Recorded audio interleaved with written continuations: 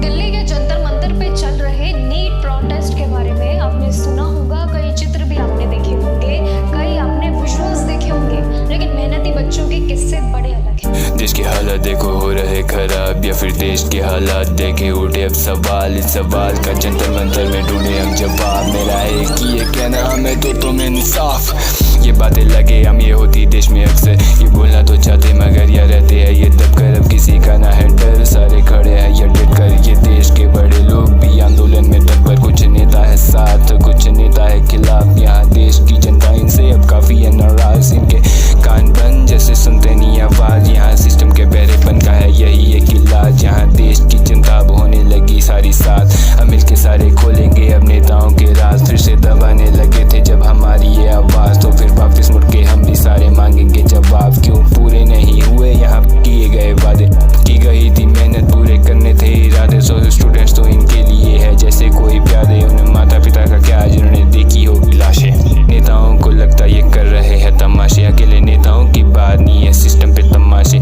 ना होता paper leak ना बिस्ती इतनी है लाशें, जब मेहनत हुई बेकार तो फिर रोक ली गई सांसें, तो फिर रोक ली गई सांसें, तो फिर रोक ली गई सांसें। सिस्टम पे तमाशे, ना होता पेपर लीक ना बिस्ती इतनी है लाशें। जंतर मंतर में जो उठी है आवाज के कारण पैदा हुए हैं बहुत सवाल के। जंतर मंतर में जो उठी है आवाज के कारण पैदा हुए हैं बहुत सवाल के जवाब जानना जरूरी है। पैसों पे बिक जाना यहाँ देश की कमजोरी है। इनका सिस्टम खराब, इनके पेपर होते लीक, इनके आगे झुके रहना इनके लिए वही ठीक। पुलिस ने अब बच्चों के ऊपर है हाथ उठाया, पर इसमें मारने की कोई जरूरत ही नहीं थी। अब पता चलेगी कि स्टूडेंट पावर है क्या इतनी जल्दी, कोई नहीं मानने वाला यहाँ पे है।